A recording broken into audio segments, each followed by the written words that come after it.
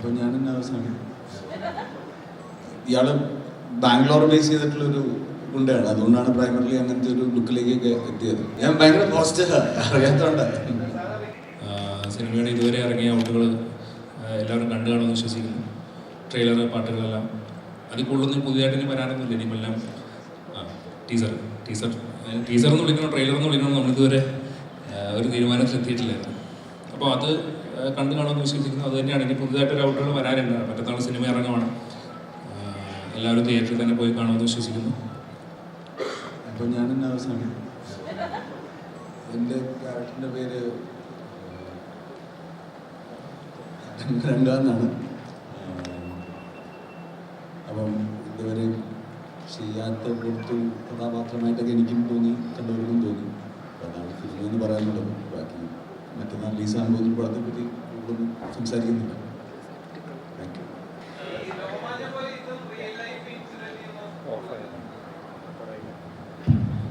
രോമാഞ്ചം പോലെ എന്ന് പറയാൻ പറ്റില്ല. രോമാഞ്ചം ടോട്ടലി എൻ്റെ റിയൽ ലൈഫ് ഇൻസിഡൻറ്റിൽ നിന്ന് തന്നെ ഉണ്ടായിട്ടുള്ള സിനിമയാണ്. ഇത് ചെറുതായിട്ട് അവിടെ ഇവിടെ ഇൻസ്പയർഡ് ആയി പോയിട്ട് ഉണ്ടെന്നേ ഉള്ളൂ. ചില അനുഭവങ്ങൾ കഥയാക്കി വലുതാക്കി സിനിമയാക്കി എന്നുള്ളതേ ഉള്ളൂ. അത് പൂർണ്ണമായിട്ടും എൻ്റെ അനുഭവം എന്നൊന്നും പറയാനൊന്നും പറ്റത്തില്ല. ഇല്ല, രോമാഞ്ചം സിനിമയായിട്ട് യാതൊരു കണക്ഷനില്ല. അല്ല, അതങ്ങനെയല്ല. അതിൽ ചെറിയൊരു കൺഫ്യൂഷൻ ഉണ്ടായതാണ്. എന്തായാലും അത് ക്ലിയർ ചെയ്തേക്കാം. അതായത് രോമാഞ്ച സിനിമയിൽ ചെമ്പൻ ചേട്ടൻ ചെയ്ത ക്യാരക്ടർ, സെയ്ദ് എന്ന് പറഞ്ഞ ക്യാരക്ടർ ശരിക്കും അങ്ങനെ ഒരു അപ്പിയറൻസ് ഉള്ള ആളായിരുന്നില്ല. അപ്പോൾ ആ സിനിമയ്ക്ക് വേണ്ടിയിട്ട് നമ്മൾ പുള്ളിയുടെ അപ്പിയറൻസ് അങ്ങനെ ആക്കിയതാണ്. അപ്പിയറൻസും ആ സ്വഭാവവും രംഗ എന്ന് പറഞ്ഞ ക്യാരക്ടറിൻ്റെ പോലെ ഒരു സ്വഭാവം കൊടുത്തതാണ്. അപ്പോൾ ഇത് ടോട്ടലി ഡിഫറെൻ്റ് ആയിട്ടുള്ള വേറൊരു ക്യാരക്ടറാണ്. എനിക്ക് പേഴ്സണലി പരിചയമുണ്ടോ എന്ന് ചോദിച്ചാൽ നമ്മൾ ബാംഗ്ലൂർ പലയിടത്തും കണ്ടിട്ടുള്ള, മുന്നേ ഞാൻ പഠിച്ചിരുന്ന ടൈമിൽ കണ്ടിട്ടുള്ള ക്യാരക്ടേഴ്സിൽ നിന്ന് ഇൻസ്പയർഡ് ആയിട്ടാണ് ഈ ക്യാരക്ടറിനെ ഉണ്ടാക്കിയിട്ടുള്ളത്. അല്ലാതെ രോമാഞ്ചത്തിലെ ക്യാരക്ടറുകൊണ്ട് യാതൊരു ബന്ധവുമില്ല.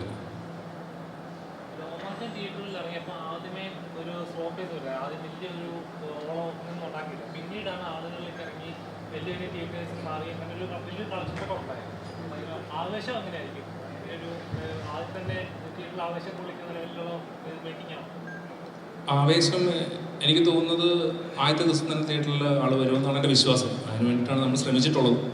ഇപ്പം നിങ്ങളോട് സംസാരിച്ചുകൊണ്ടിരിക്കുന്നത് അതിൻ്റെ ഭാഗമായിട്ടാണ്. ഇവിടെ ആൾക്കാരെല്ലാവരും വരണം, വന്നൊരു ഓളം ഉണ്ടാക്കി തരണം തുടക്കത്തിൽ.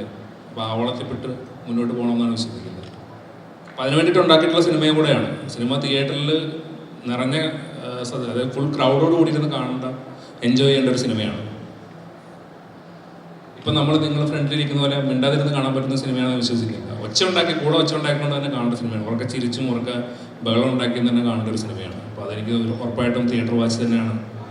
രോമാഞ്ചം അങ്ങനെയായിരുന്നു. അപ്പോൾ ഉറപ്പായിട്ടും അതിന് മേളിലേക്ക് ചെയ്യാനാണ് ശ്രമിച്ചിട്ടുള്ളത്.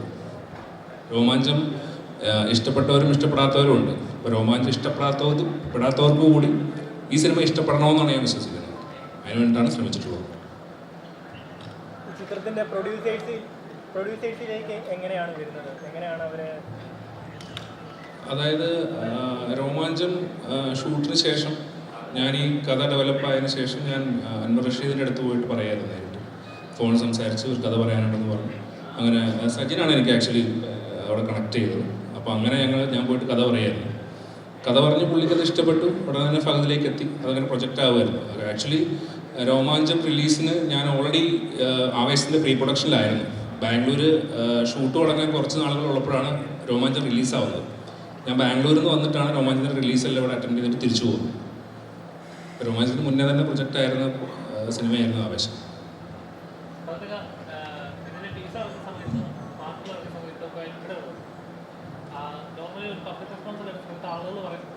നോർമലി പബ്ലിക് റെസ്പോൺസ് എടുക്കുന്ന സമയത്ത് ആളുകൾ പറയുന്നത് പഴയ അല്ലർജുൻ പടങ്ങളിലെ കാണുന്ന പോലത്തെ ഒരു ഫീൽ കിട്ടി. ചേട്ടൻ്റെ ലുക്കും ഏകദേശം അതേപോലെ ഒരു നമ്മുടെ തെലുങ്ക് പടങ്ങൾ വരുന്ന വില്ലന്മാരെ പോലത്തെ ആ സെയിം ആ ലുക്കല്ലേ. ശരിക്കും അങ്ങനെ തന്നെ ഒരു മാസ് വില്ലൻ അല്ലെങ്കിൽ ഒരു കോമഡി അല്ല, അങ്ങനത്തെ ഒരു കഥാപാത്രമാണോ? ഇയാൾ ബാംഗ്ലൂർ ബേസ് ചെയ്തിട്ടുള്ളൊരു ഗുണ്ടയാണ്, അതുകൊണ്ടാണ് പ്രൈമറിലി അങ്ങനത്തെ ഒരു ലുക്കിലേക്കൊക്കെ എത്തിയത്. ഓൾമോസ്റ്റ് ജിത്തുവിന് പറഞ്ഞ പോലെ ജിത്തു കണ്ട് പോയ ആളുകളിൽ നിന്നും ഒരുപാട് പേരിൽ നിന്നാണ് അങ്ങനെ ലുക്കിലേക്ക് എത്തിയത്. രണ്ടാമത്തെ ചോദ്യം എന്തായിരുന്നു? പടങ്ങൾ കണ്ടു. അല്ല, അങ്ങനെ വേറൊരു പടം പോലെ അല്ല, പക്ഷെ അങ്ങനത്തെ ഒരു അനുഭവമാണ്, അങ്ങനത്തെ ഒരു തിയേറ്റർ എക്സ്പീരിയൻസ് ആണ് ട്രൈ ചെയ്തിരിക്കുന്നത്. നോക്കാം.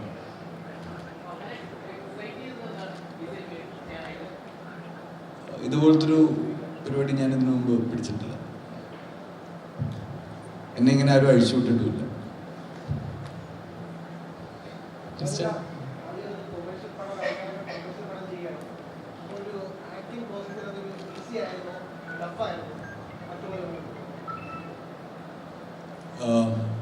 ഈ ക്യാരക്ടർ കുറച്ച് എന്താ പറയുക, കുറച്ച് ലൗഡാണല്ലോ. അപ്പം അതിൻ്റേതായിട്ടുള്ള കോംപ്ലിക്കേഷൻസ് ഉണ്ട്. പിന്നെ അയാൾ കറക്റ്റ് മലയാളം അല്ല സംസാരിക്കുന്നത്. അയാൾ അങ്ങനത്തെ ഫുട്ടേജ് ഒന്നും വരാത്തതുകൊണ്ടാണ്. പുള്ളി കന്നഡയും മലയാളവും ഒക്കെ മിക്സ് ചെയ്തിട്ടുള്ളൊരു ഇതാണ്.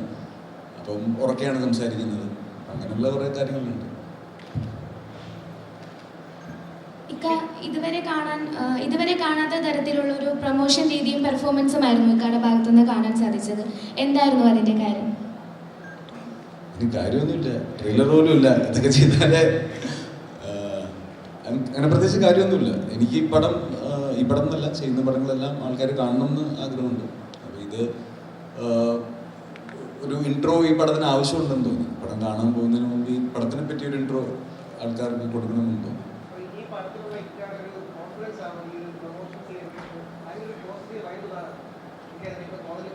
ഞാൻ അല്ലെങ്കിലും പോസിറ്റീവ് അല്ലേ, ഞാൻ ഭയങ്കര പോസിറ്റീവ്, അറിയാത്തോണ്ടാണ്. ഇല്ല, അതെന്നാ കുട്ടികൾ ചുമ്മാ, ഞാൻ ഡാൻസ് പഠിച്ചിട്ട് പോയതൊന്നുമല്ല. കുട്ടികൾ ചുമ്മാ പറഞ്ഞുകൊണ്ട് ഞാൻ അവരോട് അവരുടെ സന്തോഷത്തിന് വേണ്ടി അവരെന്തോ യൂണിയൻ ഡേ ആയിരുന്നു, അപ്പോൾ അതിൻ്റെയൊക്കെ ഒരു സന്തോഷത്തിന്. അങ്ങനെ പാട്ടിന് വേണ്ടിയിട്ടുള്ള സിറ്റുവേഷൻസ് ഇല്ല, എല്ലാം ഒരു സ്കോർ പോലെ. നമുക്ക് ഈ പറഞ്ഞ പോലെ 8 പാട്ടുള്ളത് അങ്ങനെ പടം കാണുമ്പം അറിയില്ല, ആ ഒരു 8 സോങ്സ് വന്ന് പോകുന്നത്. റാപ്പ് ഒരുപാടില്ല, എന്നാലും ഉണ്ട് 2-3 സോങ്സ് റാപ്പായിട്ടുണ്ട്. എല്ലാം മലയാളം, ഇംഗ്ലീഷ് ഒരു സോങ് മാത്രം ഇംഗ്ലീഷാണ്, ബാക്കിയെല്ലാം മലയാളം. സൗത്ത് ഇന്ത്യൻ എനിക്കറിയില്ല, ഞാൻ എങ്ങനെയൊക്കെയോ മ്യൂസിക് ചെയ്തു പോകാം. സുജേട്ടാ, ചേട്ടാ ഒരു ഇന്റർവ്യൂവിൽ മുമ്പ് പറഞ്ഞിരുന്നു ആവേശത്തിലൊരു അർജുൻ അനിരുദ്ധ് ടൈപ്പ് പിടിച്ചിട്ടുണ്ടെന്ന്. അപ്പോൾ നമുക്കൊരു പരിധി ഒരു ഇല്ലുമിനാറ്റിൽ ഞങ്ങൾ കേട്ടു. അപ്പോൾ ഇനി അതിനെ വെല്ലുന്നൊരു സോങ് ഇനി നമുക്ക് ചിത്രത്തിൽ പ്രതീക്ഷിക്കാമോ? ആ ഒരു വൈബ് ഇനിയും ഇറക്കാൻ കുറച്ച് നമ്പേഴ്സ് ഉണ്ട്, ഇനിയും കുറച്ച് ഇറക്കി വിടും. എനിക്കൊന്ന് റിലീസ് ആവാറായതുകൊണ്ട് ഇനിയിപ്പം പടത്തിന് ശേഷമായിരിക്കും ബാക്കിയുള്ള പാട്ടൊക്കെ ഇറക്കുന്നത്. എല്ലാം ഇങ്ങനത്തെ ഒരു വൈബാണ്. എനിക്ക് ഈ അനിരുദ്ധ റെഫറൻസ് എന്ന് പറയാൻ കാരണം എനിക്ക് വേറെ റെഫറൻസ് ഇല്ല ആക്ച്വലി നോക്കാൻ. ഇങ്ങനത്തെ ഒരു ഭയങ്കര എനർജി ട്രാക്കൊക്കെ നോക്കുമ്പം ഈ സന്തോഷ് നായരനും അനിരുദ്ധൊക്കെയാണ് കേട്ടു നോക്കാൻ പറ്റുന്ന സാധനം. അപ്പം അങ്ങനത്തെ കുറച്ച്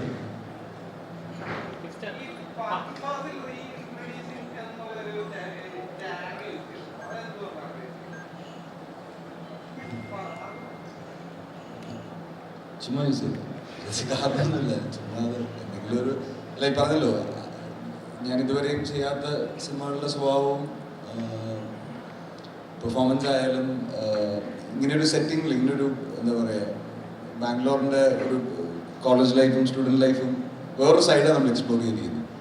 അപ്പം അങ്ങനെയൊക്കെ മൊത്തത്തിൽ പുതുമ തോന്നിയതുകൊണ്ടാണ്.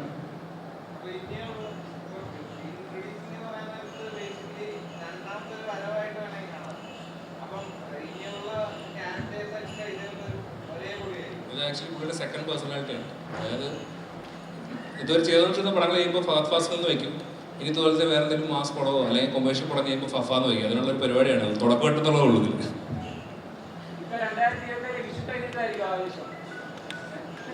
ആവട്ടെ ആവട്ടെ.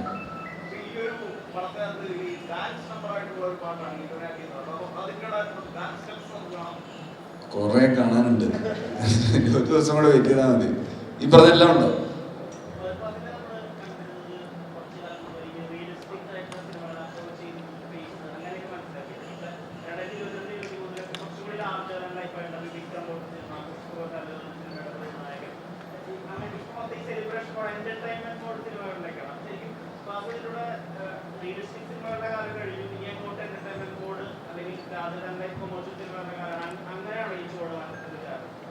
അല്ല, അല്ല അങ്ങനെയല്ലല്ലോ, അങ്ങനെ ഒരിക്കലും അല്ല. ഇപ്പം എന്നെ തേടി വരുന്ന സിനിമകളാണ് ഞാൻ ചെയ്യുന്നത്.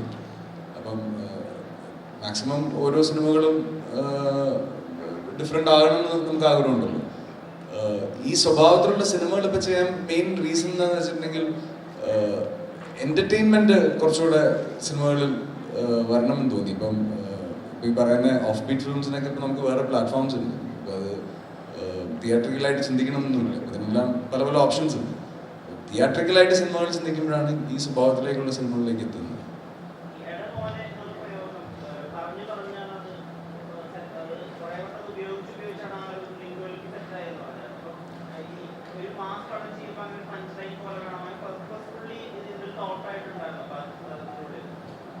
ഇല്ല ഇല്ല, അങ്ങനെയൊന്നുമില്ല, അതെല്ലാം ഓർഗാനിക്കായിട്ട് സംഭവിച്ചത്.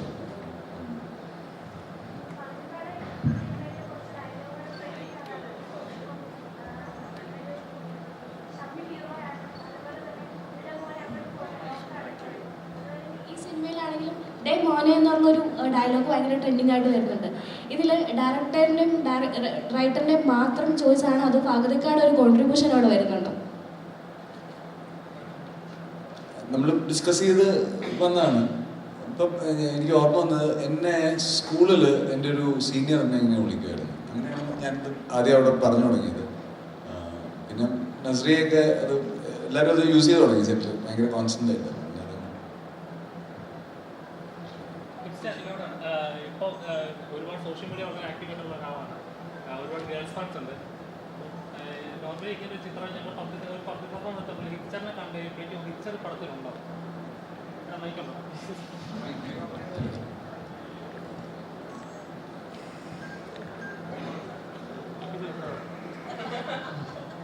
ഒരുപാട് ഗേൾസ് ഫാൻസ് ഉള്ള ഒരാളാണ്, സോഷ്യൽ മീഡിയ വളരെ ആക്റ്റീവ് ആയിട്ടുള്ള ഒരാളാണ്. ഇതിന്റെ ഒരു പബ്ലിക് റെസ്പോൺസ് എടുത്ത സമയത്ത് തന്നെ ഹിപ്സർ ഈ പടത്തിലുണ്ടോ? അത് കാണാനൊരു ഇൻട്രസ്റ്റ് ആണ്. ഉണ്ട്, പടത്തിലുണ്ട്. ഉണ്ട് അപ്പോൾ ഗേൾസ് ആയാലും കുറച്ചുകൂടെ അദ്ദേഹം ഈ പടത്തിലുണ്ടോ എന്ന് ചോദിച്ചിട്ടുണ്ട്. അപ്പം അത്രയും ഒരുപാട് ഫാൻ ഫോളോവേഴ്സ് ഉള്ള ഒരാളാണ് നമ്മൾ.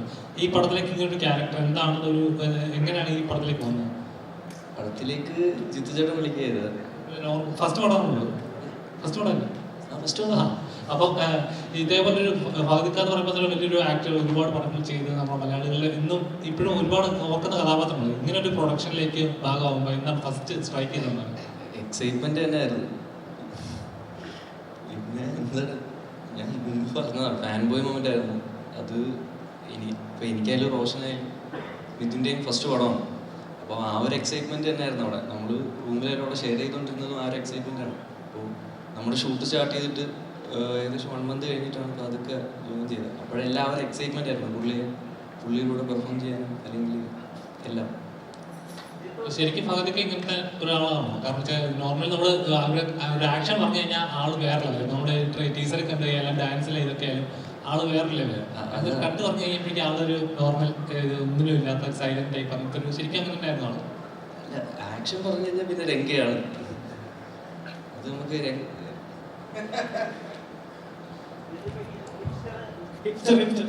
ഇപ്പം ഷൂട്ടിന് പോകുന്നതിന് മുന്നേ എന്തോ പഠിക്കാൻ പോവാണെന്ന് വീഡിയോ ചെയ്തിട്ടാണ് പോയെന്ന് ഇങ്ങനെ കേട്ടിട്ടുണ്ട്. സോ ഇപ്പം യൂട്യൂബിൽ നോക്കിക്കഴിഞ്ഞാൽ ഹിസ്റ്ററി ലാസ്റ്റ് ഇട്ട വീഡിയോ 1 year ബാക്കാണ്. അപ്പോൾ അതിൽ കമൻ്റൊക്കെ നോക്കിക്കഴിഞ്ഞാൽ മകനെ മടങ്ങി വരുമെന്നൊക്കെ പറഞ്ഞിട്ട് ഒരുപാട് കമൻ്റ് ഉണ്ട്. അപ്പം എന്തുകൊണ്ട് പിന്നീട് ഒമേഗിൾ നോക്കിയില്ല, അല്ലെങ്കിൽ പകുതിക്കൊക്കെ വെച്ചിട്ട്? അപ്പം ഇനി സിനിമകളായിരിക്കും കൂടുതൽ നോക്കുക, അല്ലെങ്കിൽ നേരെ ചെയ്ത പോലത്തെ ബ്ലോഗ് പരിപാടി അങ്ങനെ ആയിരിക്കും? ഞാൻ മെയിൻലി ഇപ്പം എൻ്റെ വീഡിയോസിലെല്ലാം ഞാൻ എൻ്റർടൈൻമെൻറ്റ് മാത്രം ഫോക്കസ് ചെയ്യുന്നുണ്ട്. ഒരു കോണ്ടന്റ് ക്രിയേറ്റർ എന്ന നിലയിൽ എൻ്റർടൈൻമെൻറ്റ് മാത്രം എൻ്റെ വീഡിയോസ് ആണെന്നൊക്കെ അറിയാം, അത് മാത്രം ഫോക്കസ് ചെയ്യുന്നത്. ഞാൻ ഒരു ഫ്ലോയിൽ പോകുന്ന ഒരാളാണ്. അപ്പോൾ ഫിലിമിലിപ്പോൾ ജിത്തു ചേട്ടൻ വിളിച്ചപ്പോഴത്തേക്ക് ഞാൻ ചെയ്തു. അപ്പം നിങ്ങൾക്കും ആ ഒരു കോൺഫിഡൻസ് വന്നാലേ എനിക്കും ചെയ്യാനുള്ളൊരു കോൺഫിഡൻസ് വരുള്ളൂ. അപ്പോൾ ആ ഒരു ഫ്ലോ അനുസരിച്ച് പോകാനാണ് ഇപ്പോൾ മൈൻഡിൽ. അങ്ങനെ വലിയ പ്ലാനിങ് ഒന്നുമില്ല. ഇതിപ്പോൾ ഒരു കാര്യം പെട്ടെന്ന് പറഞ്ഞിട്ട്, ഇവര് 3 പേരുമാണ് ഈ സിനിമയിലെ ഹീറോ. ഏറ്റവും ബുദ്ധിമുട്ടുണ്ടായിരുന്നത് ഇവരെ 3 പേരെയും ബാംഗ്ലൂർ പുറത്ത് ഷൂട്ട് ചെയ്യാനായിരുന്നു. കാരണം ഹിപ്സ്റ്ററിനെ കണ്ട ആൾ കൂടിയ ഷൂട്ട് നടക്കത്തില്ല. അപ്പോൾ അത്രയും 1 million സബ്സ്ക്രൈബേഴ്സ് ഒക്കെ നമ്മുടെ സെറ്റിലല്ലേ. അപ്പം ഞങ്ങൾക്കും ഇത് ഭയങ്കര പുതിയൊരു എക്സ്പീരിയൻസ് ആയിരുന്നു. എനിക്ക് പ്രത്യേകിച്ച്, ഞാൻ ആദ്യമായിട്ടാണ് ഇങ്ങനെ ഒരു ഇത്രയും എന്താ പറയുക യങ്സ്റ്റേഴ്സായിട്ട്, അതും ഇൻഡിവിജ്വലി അവരുടേതായിട്ടുള്ള കാര്യങ്ങൾ ചെയ്തുകൊണ്ടിരിക്കുന്ന ആൾക്കാരുടെ ഇന്ററാക്ട് ചെയ്ത് കുറേ നാൾ 3-4 മാസം ഞാൻ ഒരുപാട് എൻജോയ് ചെയ്തു. Thank you thank you. ഇതിപ്പോൾ രോമാഞ്ചം OTT റിലീസിന് ശേഷം രോമാഞ്ചം കണ്ടിട്ട് ചിരി വരുന്നില്ല എന്ന് പറഞ്ഞ് വലിയ രീതിയിൽ വിമർശനങ്ങളുണ്ടായിരുന്നു.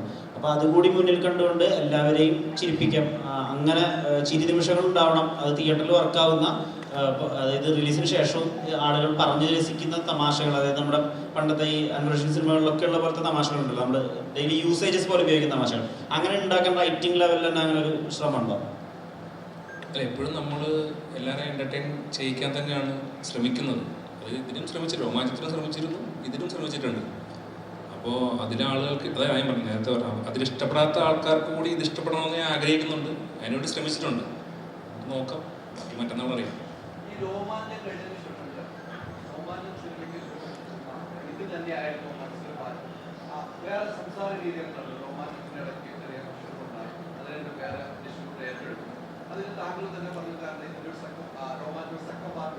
വേറെ ആൾക്ക്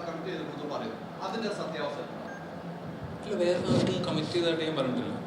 രോമാഞ്ചം സെക്കൻഡ് പാർട്ടിൻ്റെ കാര്യം അന്ന് സംസാരിച്ചിരുന്നത്. രോമാഞ്ചം സെക്കൻഡ് പാർട്ടുണ്ട്, അതിൻ്റെ പ്ലാനിങ്ങുകൾ തുടങ്ങിയിട്ടില്ല എന്നുള്ളതാണ് പറഞ്ഞിട്ടുള്ളത്. അപ്പോൾ അതിലങ്ങനെ വേറെ കൺഫ്യൂഷൻസ് ഉണ്ടായിട്ടല്ല. രോമാഞ്ചം റിലീസാവുന്നതിന് മുന്നേ ആയ പ്രൊജക്റ്റാണിത്. രോമാഞ്ചത്തിൻ്റെ റിലീസിനൊക്കെ എത്രയും മുന്നേ തന്നെ ഇത് പ്രൊജക്റ്റായി കഴിഞ്ഞു. നവംബറിൽ ഇത് പ്രൊജക്റ്റായി, നവംബർ ഡിസംബറിൽ പ്രൊജക്റ്റായി, ഫെബ്രുവരിയിലാണ് രോമാഞ്ചം റിലീസാവുന്നത്. അപ്പോൾ അതിൻ്റെ സെക്കൻഡ് പാർട്ടും ഇതും തമ്മിൽ അങ്ങനെ വേറെ ബന്ധങ്ങളൊന്നുമില്ല.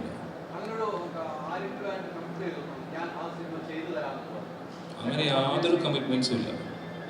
അല്ല, എനിക്ക് അങ്ങനെ അതിലും അതിനെക്കുറിച്ച് അത്രയും ഒരു വളരെ സെക്കൻഡ് പാർട്ട് എന്താണെന്ന് പോലും പൂർണ്ണമായിട്ട് തീരുമാനമായിട്ടില്ല. ഒരു സ്ക്രിപ്റ്റ് ആവാതെ ഒരിക്കലും കമ്മിറ്റ്മെൻറ്റിലേക്ക് പോകില്ലല്ലോ.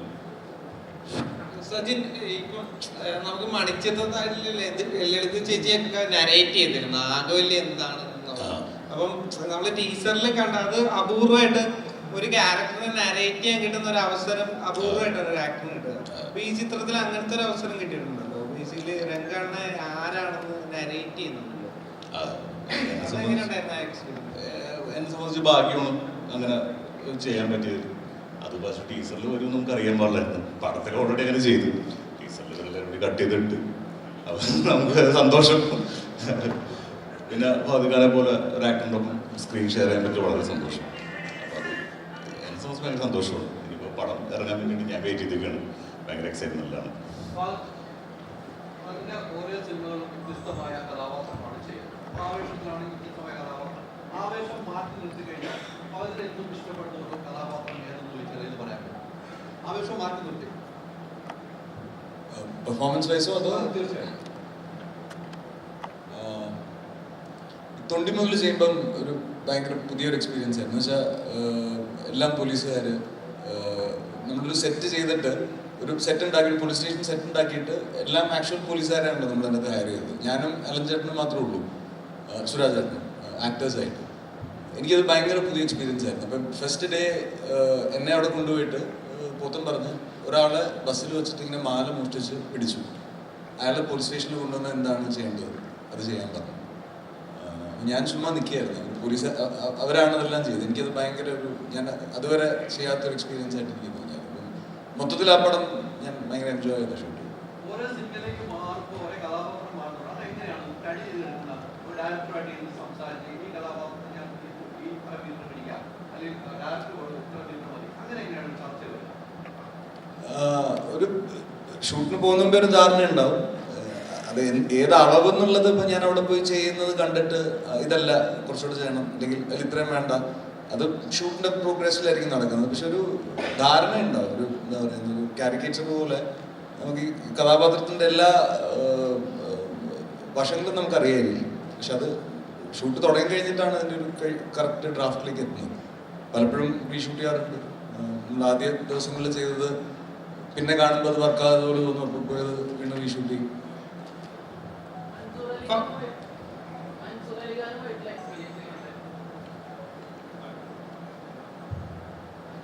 എനിക്ക് മുമ്പ് അറിയാവുന്നതാണ്. ഞാൻ വേലക്കാരനൊക്കെ വർക്ക് ചെയ്തിട്ട് എനിക്ക് കുറച്ച് മുമ്പ് അറിയാവുന്നതാണ്. അപ്പം എനിക്ക് അന്നും ഇന്നും ഞാൻ പുള്ളിയോടുള്ളപ്പോൾ ഞാൻ ഒരുപാട് ചിരിക്കാറുണ്ട്. അപ്പം അത് എനിക്ക് അറിയാവുന്ന, ഞാൻ എന്നെ ഒരുപാട് ചിരിപ്പിക്കുന്ന ഒരാളാണ്.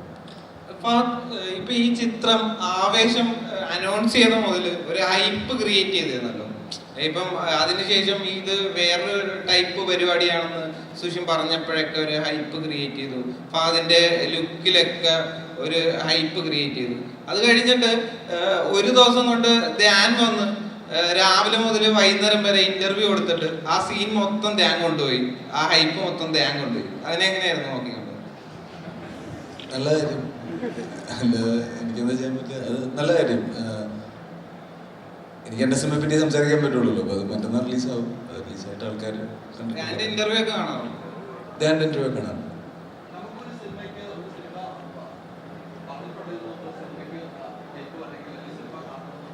ഒരു വിളംബരം പോലെയാണ് മാർക്കറ്റിംഗ്.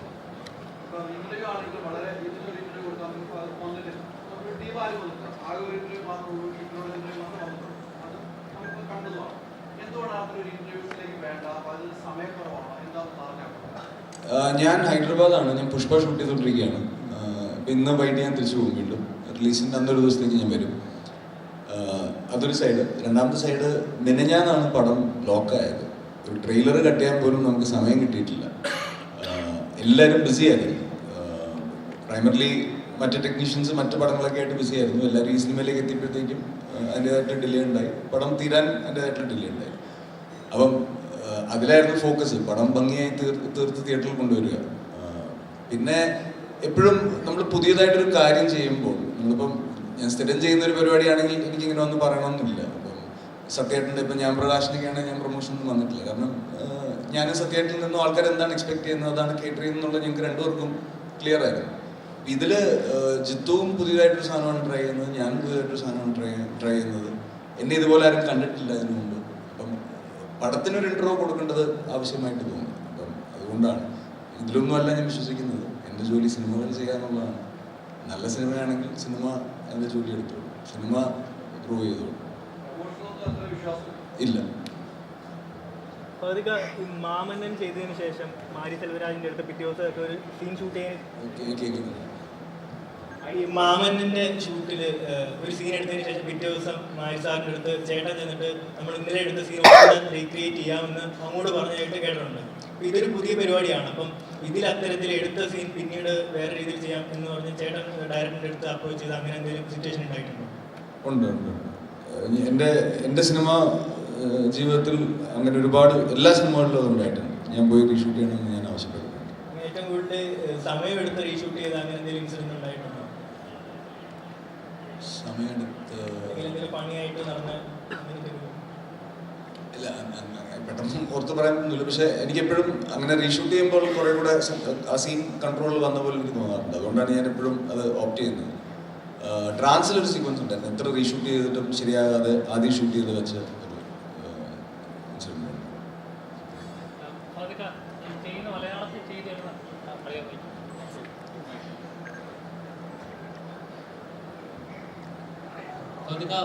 മലയാളത്തിൽ ഒരു സെറ്റ് ഓഫ് കഥാപാത്രങ്ങൾ ചെയ്തു വെച്ച് മലയാളി പ്രേക്ഷകർ ഫാദിക്ക എന്ന് പറയുമ്പോൾ ഈ ടൈപ്പ് കഥാപാത്രങ്ങളാണ് നമുക്ക് പ്രതീക്ഷിക്കാം എന്ന് ഒരു എക്സ്പെക്ടേഷൻ നിൽക്കുന്ന സമയത്ത് തമിഴിൽ പോയി വേറെ ലെവൽ കഥാപാത്രം, വില്ലനായിട്ടാണെങ്കിലും ശരി, പുഷ്പയിലെ കഥാപാത്രമായാലും ശരി, ഇങ്ങനെ എന്നെക്കൊണ്ട് പറ്റുമെന്ന് തെളിയിച്ചു. അപ്പോൾ മലയാളത്തിൽ അതേപോലത്തെ ഒരു മാസ് വില്ലൻ അങ്ങനത്തെ ഒരു ടൈപ്പ് ഓഫ് കഥാപാത്രം ചെയ്യാൻ ആഗ്രഹമുണ്ടോ? അതോ ഇപ്പോൾ പോകുന്ന പോലത്തെ ട്രാക്കിൽ തന്നെ ചെയ്യണമെന്നാണ് ആഗ്രഹം? ഇല്ല, അങ്ങനെ ഒരു സിനിമ ഒത്തു വന്നാൽ ചെയ്യും.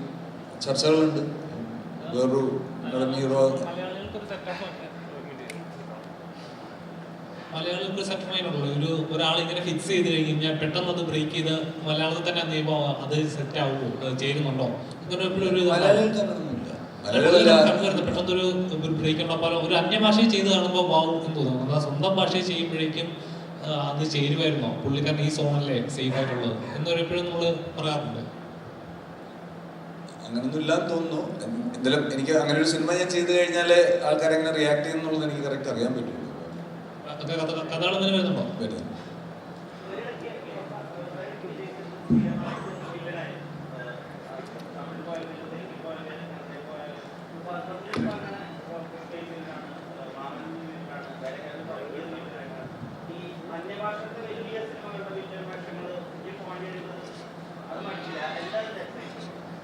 ഇല്ല, അതിന്റെ എക്സൈറ്റ്മെന്റ് ഈ ടാലന്റ് കൊളാബറേഷൻ തന്നെയാണ്. ഇപ്പം വിക്രത്തിൽ റോമനിൽ വടിവേൽ സാറിൻ്റെ വില്ലനായിട്ട് അഭിനയിക്കാന്നുള്ളത് എനിക്ക് ഭയങ്കര എക്സൈറ്റ്മെൻ്റ് ഉള്ള കാര്യമായിരുന്നു. പുഷ്പയിൽ ബണ്ണിയുടെ കൂടെ ഇങ്ങനെ ഒരു സിനിമ ചെയ്യാൻ പറ്റുന്നത് എക്സൈറ്റ് ചെയ്യുന്ന കാര്യങ്ങളാണല്ലോ നമ്മൾ ചെയ്യുന്നത്, ബാക്കിയെല്ലാം സെക്കൻഡറി ആണ്. ആസ് എ സിനിമ അത് നമ്മൾ എക്സൈറ്റ് ചെയ്യുന്നതുകൊണ്ടാണ് നമ്മൾ അതിനകത്തൊക്കെ നിൽക്കുന്നത്. ഇതിലൊന്നും ഒരു പ്ലാനൊന്നുമില്ല. ഇപ്പം ഞാൻ തമിഴിൽ ചെയ്യുന്ന വടിവേൽ സാറായിട്ട് ചെയ്യുന്ന പടം കോമഡി പടമാണ്, രജനി സാറായിട്ടുള്ള പടം ഹ്യൂമറാണ്. അപ്പം ഇതെല്ലാം സംഭവിക്കുന്നതാണ്, അങ്ങനെ ഒരു പ്ലാനൊന്നുമില്ല. എല്ലാം സേഫല്ല. എനിക്കറിയില്ല.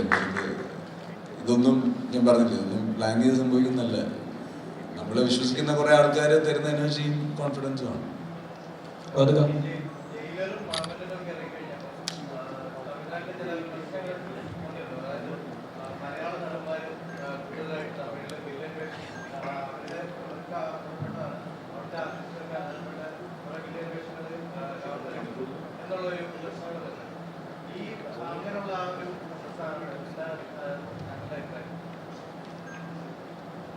എനിക്കൊന്നത് ചെറിയ ഒരു ഡിസ്കഷൻസ് ഉണ്ടായിട്ടുള്ളതെന്ന് തോന്നുന്നത്. അങ്ങനെ അത് കഴിഞ്ഞിട്ടാണ് എനിക്ക് ഏറ്റവും കൂടുതൽ തമിഴിൽ സിനിമകൾ വന്നിട്ടുള്ളത്. ഇപ്പോഴും തമിഴിൽ നിന്നാണ് ഏറ്റവും കൂടുതൽ സിനിമകൾ വരുന്നത്.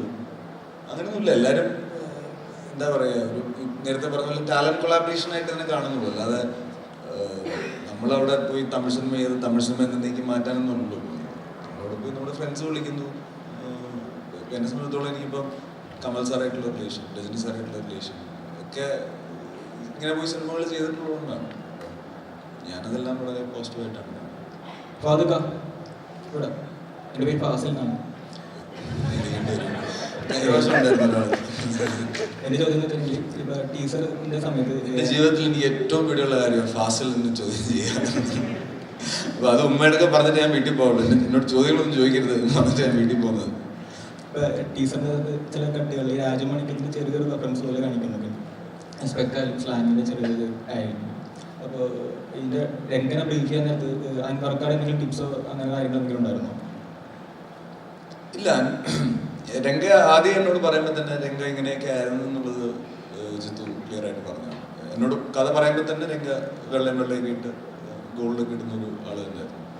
പിന്നെ ഈ മീശയും ഹെയർ സ്റ്റൈലൊക്കെ നമ്മൾ പിന്നെ ഒരു ലുക്കിലേക്ക് എത്താൻ വേണ്ടി അങ്ങനെ അതൊക്കെ ഡിസ്കസ് ചെയ്തിട്ട് ഡ്രൈവ് ചെയ്തു.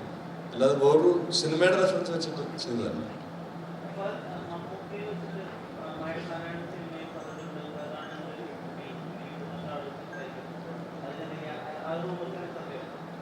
മമ്മൂക്ക വെച്ച് മഹേഷ് എന്ന പടത്തിൽ ഞാനെങ്ങനെ ലീഡാകുന്നത്? ഇല്ലില്ല, അത് മമ്മൂക്ക മഹേഷ് ചിത്രമാണ്. ജിത്തു ചേട്ടാ, ഇപ്പം രോമാഞ്ചം നോക്കിക്കഴിഞ്ഞാൽ അതിൻ്റെ ഒരു ക്ലൈമാക്സ് പോർഷനിലേക്ക് വരുമ്പം രോമാഞ്ചം വരുന്നൊരു ഷോട്ട് കാണിക്കുന്നുണ്ട്. അത് ഭയങ്കര ബ്രില്യൻ്റ് ആയിട്ടാണ് പ്ലേസ് ചെയ്തേക്കുന്നത്.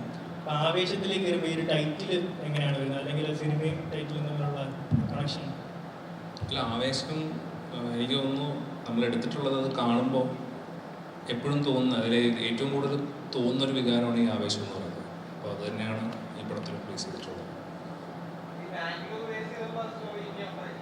കുറേ ഉണ്ട് മച്ചാൻ. 12 വർഷം ബാംഗ്ലൂർ ഉണ്ടായിരുന്നു, ഇപ്പോൾ 2 വർഷത്തെ കഴിഞ്ഞിട്ടുള്ളൂ. ഇനിയുണ്ട് കുറേ.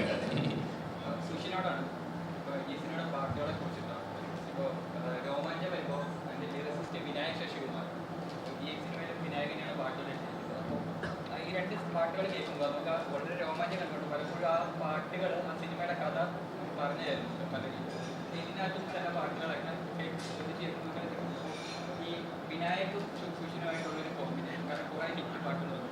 അപ്പോൾ അതിനെ കുറിച്ചിട്ടാണ് ഒരു ചോദ്യം. രണ്ടാമത്തെ ചോദ്യം, ഇങ്ങനത്തെ സിംഗേഴ്സ് ബാസി ഒരു പാട്ട് പാടിയിട്ടുണ്ട്, തമിഴിൽ പാട്ടൊക്കെ വന്നിട്ടുണ്ട്. അപ്പോൾ എങ്ങനെയാണ് ഈ ഇങ്ങനെയുള്ള സിംഗേഴ്സിനെ ചൂസ് ചെയ്യുന്നത്? ജിത്തു എനിക്ക് 25 ദിവസം 8 പാട്ടാണ് ചെയ്യാനുള്ള ഡെഡ് ലൈൻ ആണ്.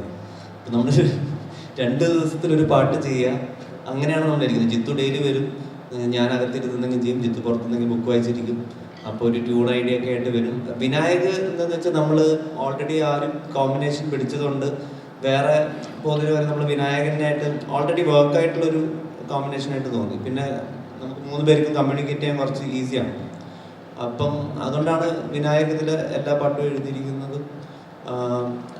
വോക്കൽസ് ഇങ്ങനെ ഈ പറഞ്ഞ പോലെ ഓരോ പാട്ടിൻ്റെ ക്യാരക്ടർ ഈ പറഞ്ഞ പോലെ രോമാഞ്ചത്തിൽ ചെയ്ത പോലത്തെ ട്രാക്സ് അല്ല ഇതിലിരിക്കുന്നത്. അപ്പം ഇതിലെല്ലാം പുതിയ പുതിയ വോയിസ് ട്രൈ ചെയ്യണമെന്നുണ്ട്. പിന്നെ ലീസ്റ്റ് ആയിട്ട് ഞാൻ കുറവ് പാടിയിരിക്കുന്ന ആൽബം കൂടെ, ഞാൻ അധികം പാടിയിട്ടില്ല ആൽബത്തിൽ. പിന്നെ പാട്ടപ്പിലോട്ടൊക്കെ പോകുന്നത് നമ്മൾ ഒരു സോങ്ങിന്റെ വൈബ് അനുസരിച്ചിട്ട് നമ്മൾ രണ്ടുപേരും ഇരുന്ന് ഓരോ ആൾക്കാരെ തപ്പം ഒരു വൈറ്റ് ബോർഡ് ഉണ്ടായിരുന്നു, അതിൻ്റെ അകത്ത് ഇങ്ങനെ ഇരുന്നിട്ട് ഇങ്ങനെ എഴുതി വെക്കും ആരൊക്കെ ട്രൈ ചെയ്യാം. ബാസിനെ കൊണ്ട് ജാട പഠിപ്പിക്കണമെന്ന് എനിക്ക് എന്തോ ഭയങ്കര ആഗ്രഹം ഉണ്ടായിരുന്നു. ബാസിയുടെ ജാട എനിക്ക് ഭയങ്കര ഇഷ്ടമാണ്. അതുകൊണ്ട് സുഷിൻ മഞ്ഞുമല്ല് ഇവിടെ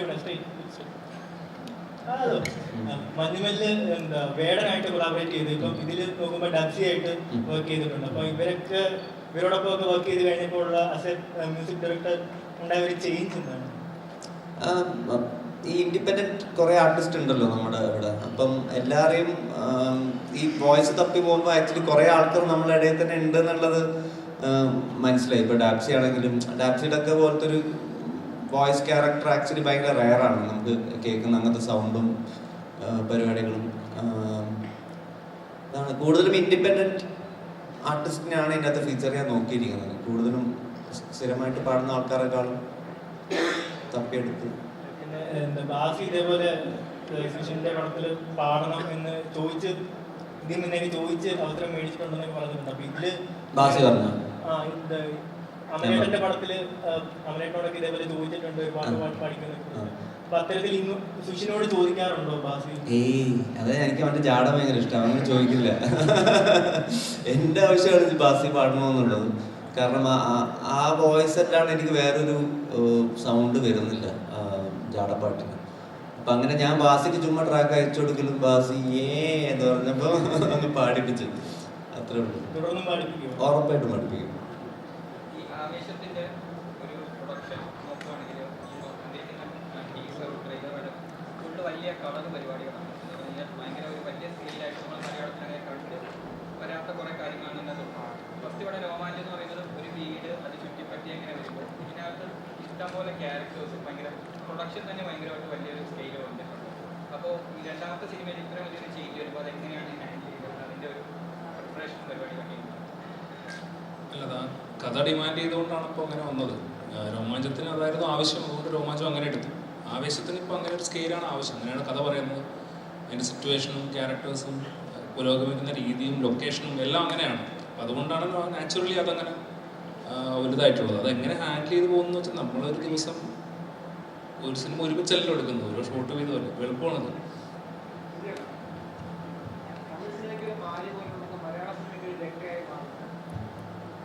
മലയാള സിനിമയ്ക്ക് ഉറപ്പായിട്ടും ലങ്കയായിട്ട് മാറും. ജിത്തു, ഇപ്പോൾ നമ്മൾ തമിഴിലും തെലുങ്കിലൊക്കെ നമ്മൾ ടൈറ്റിൽ കാർഡ്സ് വല്ലാതെ സെലിബ്രേറ്റ് ചെയ്യുന്നതാണ്. ഇപ്പോൾ സൂപ്പർ സ്റ്റാർ ചെയ്യാനൊക്കെ എഴുതി വരുന്ന പോലെ മലയാളത്തിൽ അങ്ങനെയില്ല. അപ്പോൾ ആവേശത്തിൽ അങ്ങനെ ഫാഫൊക്കെ ഒരു ടൈറ്റിൽ ഉണ്ടാവും. അതൊക്കെ പടം കാണുമ്പോൾ ഫാഫയ്ക്ക് എങ്ങനെ ടൈറ്റിൽ എന്നൊക്കെ ഉള്ളത് പടം കാണുമ്പോൾ കാണുന്നതായിരിക്കും നല്ലതെന്ന് തോന്നുന്നു. എന്നാലും ഫാൻസിനെ സെലിബ്രേറ്റ് ചെയ്യാൻ എന്തൊക്കെ ഒരു ടൈറ്റിൽ അങ്ങനെ ഉണ്ടാവുന്നത് ഈ പറഞ്ഞ തിയേറ്റർ ഡിസൈനിന് എളുപ്പമായിരിക്കില്ല. അതൊന്നും ഫാൻസ് സെലിബ്രേറ്റ് ചെയ്യണ്ട, സിനിമ സെലിബ്രേറ്റ് ചെയ്താൽ. ചേട്ടാ, ഒരു നിലവിളിയിലൂടെയും ഓട്ടത്തിലൂടെയും സിനിമയുടെ ഗ്രാഫ് പെട്ടെന്ന് ഉയർത്തിയ ഒരു കഥാപാത്രത്തിൽ നിന്നും ആവേശത്തിലേക്ക് വരുമ്പോൾ അതേ ഇമ്പാക്റ്റ് കിട്ടുന്ന ഒരു ക്യാരക്ടർ തന്നെ ആയിരിക്കുമോ? ഉറപ്പായിട്ടും. ഞാനിപ്പോൾ ചെയ്തതിൽ വെച്ച് ഏറ്റവും വലിയൊരു ക്യാരക്ടറാണ് ആവേശത്തിൽ ഞാൻ ചെയ്യണത്. മുമ്പ് ചെയ്ത കഥാപാത്രങ്ങളെ വെച്ച് ഭയങ്കര ഡിഫറെൻ്റ് ആണ്. ഞാൻ നേരത്തെ പറഞ്ഞ പോലെ ഇക്കാടൊപ്പം സ്ക്രീൻ ഷെയർ ചെയ്യാൻ പറ്റി. അപ്പോൾ ഭയങ്കര എക്സൈറ്റഡ് ആയിട്ട് ഇരിക്കുകയാണ്. മുൻപ് ചെയ്ത കഥാപാത്രങ്ങളെ വെച്ച് ഭയങ്കര ഡിഫറെൻ്റ് ആണ്.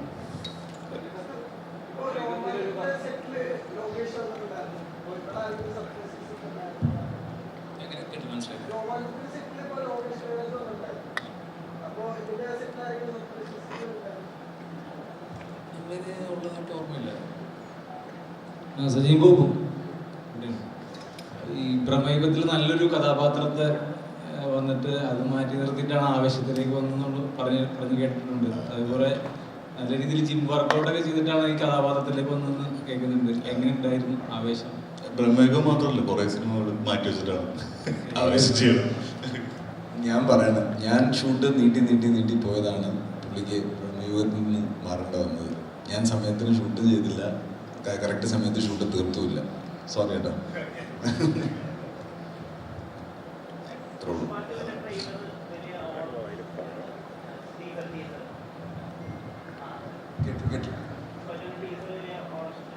പുഷ്പ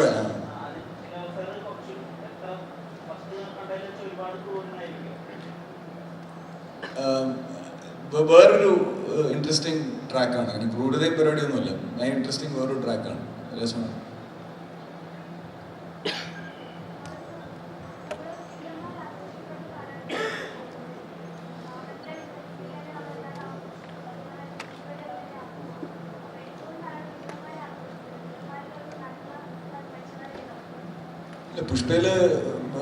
പുഷ്പയിലെ ഏറ്റവും കൂടുതൽ ആഘോഷിച്ചത്. അത് കഴിഞ്ഞിട്ട് മറ്റേ ആളൊക്കെ ആഘോഷിച്ചിട്ടുള്ളൂ. പിന്നെ ഈ വില്ലന്മാരെ ആഘോഷിക്കുന്ന വില്ലന്മാരുടെ തമാശകളൊക്കെയാണ് ആൾക്കാർ ഡിസ്കസ് ചെയ്യുന്നത്. അല്ലാതെ വില്ലന്മാരുടെ കഥാപാത്രത്തിൻ്റെ ക്വാളിറ്റീസ് ഒന്നുമല്ല, പെർഫോമൻസിനെയാണ് ആൾക്കാർ സെലിബ്രേറ്റ് ചെയ്യുന്നത്. അല്ലാതെ ഇപ്പം മാമനിലായാലും വടിവേൽ സാറിൻ്റെ പെർഫോമൻസ് ആൾക്കാർ ഡിസ്കസ് ചെയ്തതാണ്. പുഷ്പയിൽ ബണ്ണിയുടെ പെർഫോമൻസ് ഡിസ്കസ് ചെയ്തതാണ്. നാഷണൽ അവാർഡ് വരെ കിട്ടിയത്. ശരിയാ, നാഷണൽ അവാർഡ് വരെ കിട്ടിയത്. അപ്പം ഇതെല്ലാം ഫേസാണ്.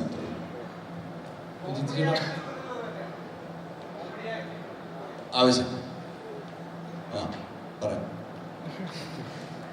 ഇതെല്ലാം ഉണ്ട്. കോമഡി ഉണ്ട്, ആക്ഷൻ ഉണ്ട്, ത്രില്ലർ അത് ഉണ്ട്. കുറച്ച്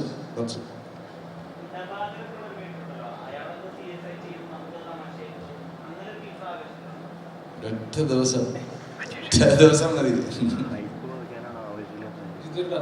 ഈ ഫാദുക്കട ഒരു ആക്ടിങ്ങില് ഓരോ ചെറിയ എലമെന്റ് പോലും ഒരുപാട് ലേയേഴ്സ് നമുക്ക് കാണാൻ സാധിക്കുന്നുണ്ട് ആ കഥാപാത്രത്തിൽ. എക്സാമ്പിൾ ഇപ്പോൾ ഷമ്മി കഥാപാത്രത്തിലായാലും എന്താ പോലെ ചോദിക്കുന്ന ഒരു കഥാപാത്രത്തിലായാലും ആ സൈലൻസിൽ പോലും കഥാപാത്രത്തിന്റെ പല പല ലേയേഴ്സ് നമുക്ക് കാണുന്നുണ്ട്. അതുപോലെ തന്നെ അർജുന അശോകന്റെ മറ്റേ രോമാഞ്ചത്തിൽ അർജുന അശോകന്റെ ആ ചിരിച്ചിരി തലയാട്ടുന്ന ഒരു സാധനം ഭയങ്കരമായിട്ട് ട്രെൻഡിങ് ആയതാണ്. അപ്പൊ ഈ ഫാസിലിൽ ഇത്തരം ചെറിയ ചെറിയ മാനറിസംസ് ഈ ആവശ്യത്തിൽ എത്രത്തോളം കൊണ്ടുവരാൻ ശ്രമിച്ചിട്ടുണ്ട്? അതങ്ങനെ ഒരു പർട്ടിക്കുലർ മാനറിസം എന്നുള്ളതല്ല, ഇതിനകത്ത് എല്ലാം ഡിഫറെൻ്റ് ആയിട്ട് തന്നെ പിടിക്കാൻ ശ്രമിച്ചിട്ടുണ്ട്. ഞാൻ ഇതുവരെ ചെയ്തിട്ടുള്ള പടങ്ങളിലൊന്നും ബന്ധമില്ലാത്ത രീതിയിലാണ് ഓരോ സീനുകളും ഓരോ ഷോട്ടുകളും ട്രൈ ചെയ്തുകൊണ്ടിരുന്നത്. എന്തായാലും പുതിയ ഒരുപാട് സാധനങ്ങൾ കിട്ടാൻ വഴിയുണ്ട് ഇതിനകത്ത്. ഇപ്പോഴും കയ്യെത്തും ദൂരത്തിലെ ഫാസിലും ആവേശത്തിലെ മുണ്ടായിട്ട് വരുന്ന ഫാസിലും തമ്മിലുള്ള അന്തരം അത്രയും വലുതാണ്. രണ്ടും രണ്ടറ്റത്താ. ശരിയാ. ഇതില് ഏറ്റവും ഇൻട്രസ്റ്റിംഗ് ആയിട്ടുള്ള കാര്യം, ആവേശം പെർഫോം ചെയ്യുമ്പം ചില സമയത്ത് വൺമോർ ചിത്തു ആവശ്യപ്പെടുമ്പോൾ ചിത്തു പറയുന്നത് ഇത് മുമ്പ് കണ്ടിട്ടുണ്ടെന്ന് പറയും. ഇത് മുമ്പ് കണ്ടതാ, ഇത് എന്തെങ്കിലും ഉണ്ടോ നമ്മള്. അപ്പം അത്രയും കോൺഷ്യസ് ആയിട്ട് ഒരാൾ നിന്ന് നമ്മൾ ഡയറക്റ്റ് ചെയ്യുമ്പോൾ ആ ഫ്രഷ്നെസ് സ്ക്രീനിൽ ഉണ്ടാവണം എന്നാണ് പ്രതീക്ഷിക്കുന്നത്.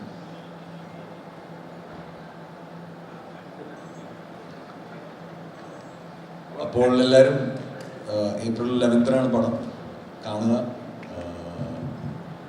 സെലിബ്രേറ്റ് ചെയ്യുക. Thank you. Happy Eid. Enjoy. Thank you.